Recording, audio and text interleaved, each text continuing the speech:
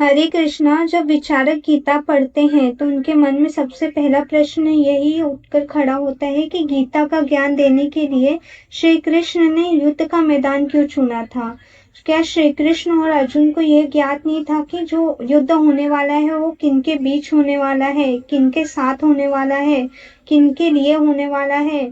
पता था, फिर भी श्री कृष्ण ने अर्जुन को गीता का ज्ञान पहले क्यों नहीं दिया, वो युद्ध में आके ही क्यों देते हैं। तो मुझे ऐसा लगता है वो विद्या जो प्रतिकूल स्थिति में काम ना आए वो किसी काम की नहीं है।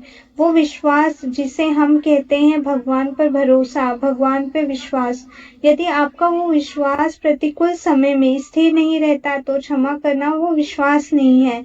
भक्ति की, श्रद्धा की परीक्षा कसौटी पर होती है और वो कसौटी ही प्रतिकूलता है, द्वंद्व है, युद्ध है। और एक और बात यहाँ पे जो पहला संदेश गीता के माध्यम से श्री कृष्ण देना चाहते हैं, जो कि वो सत्यम परम धीमहि है। श्री कृष्ण कह रहे हैं मुझे उपलब्ध होने के लिए आपको संसार से भागने की आवश्यकता नहीं है। वो इसी युद्ध के मैदान में, जैसे कि हमें पता है दिस वर्ल्ड इज बैटलफील्ड, ये संसार युद्ध का मैदान ही है। और यहाँ पे कभी कभी हम भीतरी लड़ाई लड़ते हैं और कभी कभी हम बाहरी लड़ाई लड़ते हैं। हर वक्त हम किसी ना किसी से लड़ते रहते हैं और इसी लड़ाई के बीच श्री कृष्ण हमसे कहते हैं कि आपको किसी एकांत जंगल में जाने की आवश्यकता नहीं है, आपको किसी जंगल में घोर अंदर जाने की आवश्यकता नहीं है।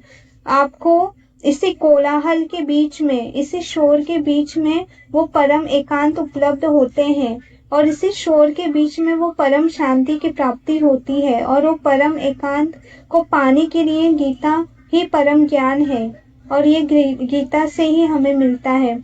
वो हमारे और आपके जीवन का क्षेत्र चुनते हैं, इसलिए कहा जाता है धर्म क्षेत्रे कुरुक्षेत्रे।